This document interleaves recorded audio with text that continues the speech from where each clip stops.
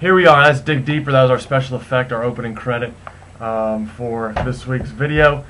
We are digging deeper into the author's purpose tool today. And so you've read the chapter, I hope. If not, you're going to read the chapter before your class that you're going to be teaching. If you're not a teacher of one of our classes and you're watching this video, don't turn it off. You're more than welcome. This is really for anybody. So if you're studying the book on your own and you are watching this video to better understand or maybe get some better, more ideas as to how this tool applies to your own Bible study, that's fine. Wonderful. We would love to have you be a part of this discussion. So let's just get started. Let's get right into it. The chapter is short, and there's going to be weeks ahead where we combine chapters together. But as the authors mention, this really is the tool par excellence for Bible interpretation and Bible understanding. I think they use the example in the chapter, and I'll probably use this in class this week. I'm teaching in Dell's class of a Swiss Army knife. Bring one from home, and it's a great illustration, especially for our middle schoolers and high schoolers. I'm thinking about our middle school guys who want to play with anything with a honed edge on it that can be thrown and can stick into some solid surface. So they'd love to see a knife in front of them. That's just what they like. So I'm going to use Swiss Army knife and demonstrate that there are a lot of things that I may want to use the knife for. Might want to use a little saw to cut a little bit of, a little firewood. Might want to use little scissors to clip my toenails. Might want to use the tweezers to pluck my eyebrows. May want to use the can opener to open up a can of Dinty Moore beef stew that I'm going to heat up over a campfire. Whatever it might be, the great thing about that Swiss Army knife is that you've got them all in one hand. They're all right there.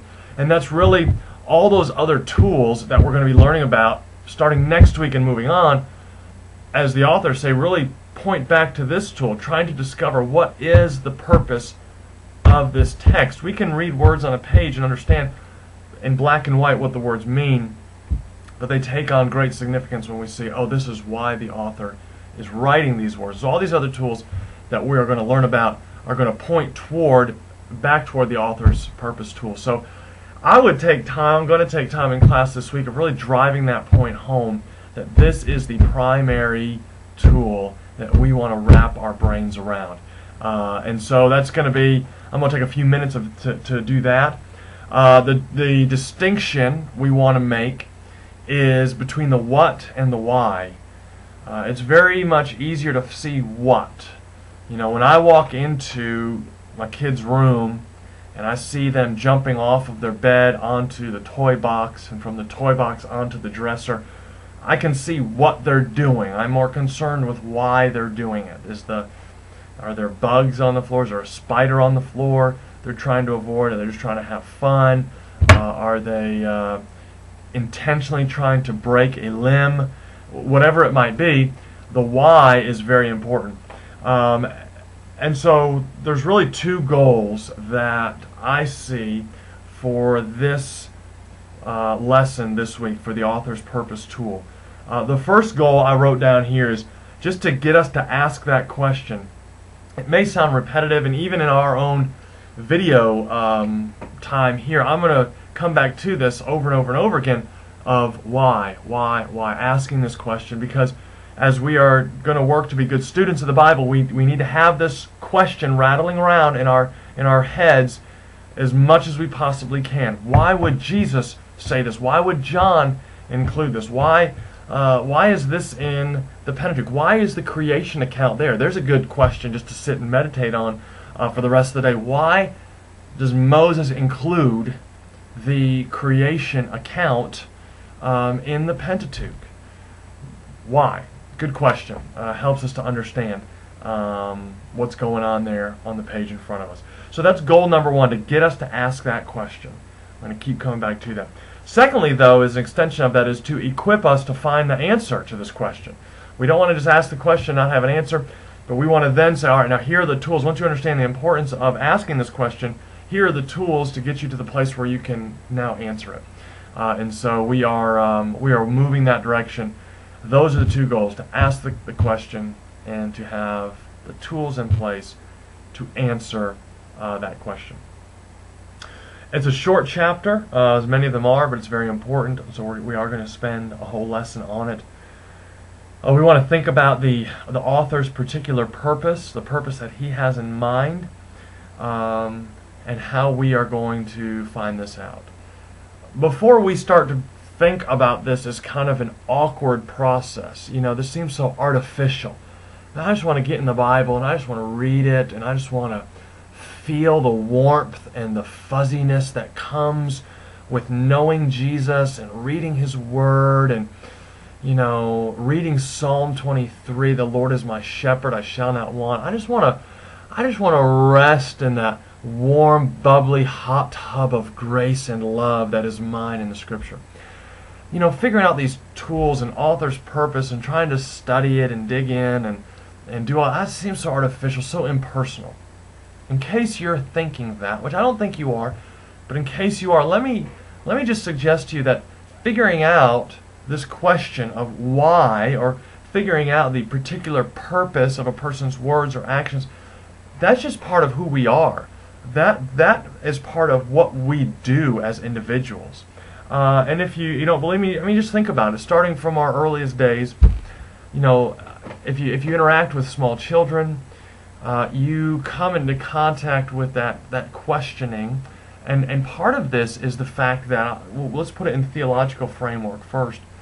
God comes to Adam in the garden after Adam and Eve have eaten of the fruit of the tree of the knowledge of good and evil, after they have disobeyed and rebelled. And they're hiding in the bushes, they're naked, because suddenly, because of their sin, their eyes are open, they're aware of their shame, so they hide. God comes to them, and what does He do? He calls out, He asks questions. Where are you? And they say, well, we were hiding because we knew we were naked. Well, who told you that you were naked? Right from the start, we see that God is a question-asking God. God gets to the heart of the issue by asking questions, exposes people's own hearts by asking them questions. Now, don't forget, in Genesis 1, we're told that we are created in the image of God. So we are created in the image of a question-asking God. We see Christ several times in the Gospels asking key questions in order to draw out the heart issue that is in a person. And so, again, here's God. He asks questions. He's a question-asking God. We are made in His image. We ought to be question-asking people. In fact, I'd say that we are, by nature. We are an inquisitive, wondering, questioning people. That's how we see development in our world, because people ask questions. They investigate. They wonder, is this it? Is this the limit, or is there more? And therefore, we live in the world in which we live now, with technological advancement, with medical advancement, because people have question in them. They ask these questions. So I would say, you want to say theologically, foundationally, that's just who we are. We are a people who ask questions.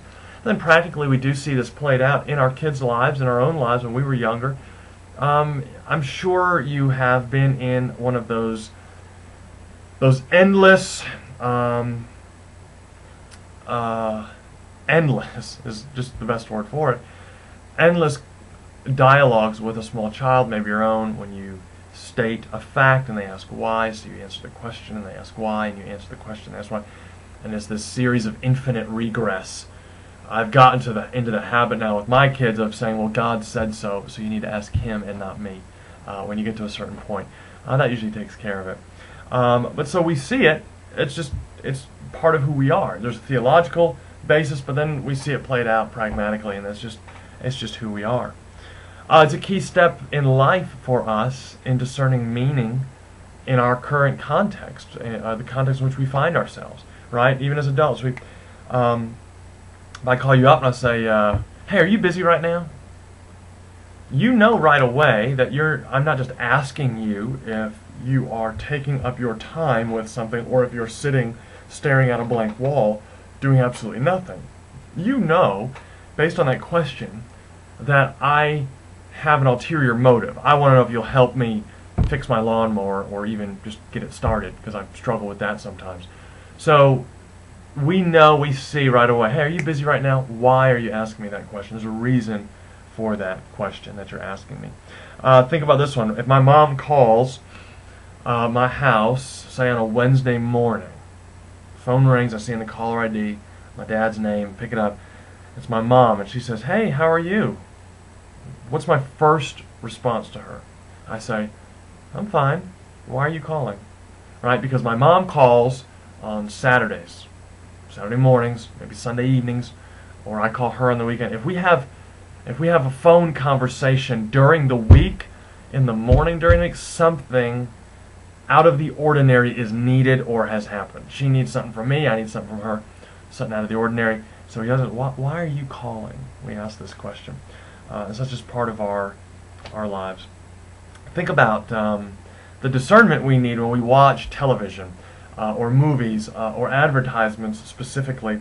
TV commercials. They tap into something. We'd be wise when we're watching television, commercials, when we're watching movies, to ask the question, why are they presenting it this way? Why are they showing me this information packaged in this way? For advertisers, it's because they want us to buy their product.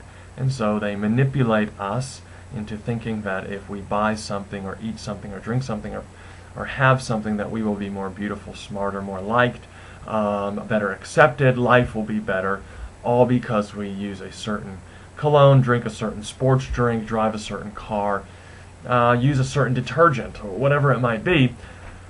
We always have to be very careful before we start thinking, wow, that's the greatest product ever. Well, of course, it's been packaged in such a way because they want us to spend our money on their product, and so they present it in such a way. So we're always find ourselves in the situation, in the place where we have to ask ourselves why. It's an ontological reality in that it's built into our nature, into our essence, and it's really a pragmatic reality in that it helps us to function in our world. So it's not artificial. It's not impersonal. It is at the core of who we are, and it's at the core of how we need to approach all of life, and especially the Scripture. So I'm going to end this video here so I don't have to upload too large of a file. And so Author's Purpose Tool Part 2 will be up right after this one. So stick around and enjoy.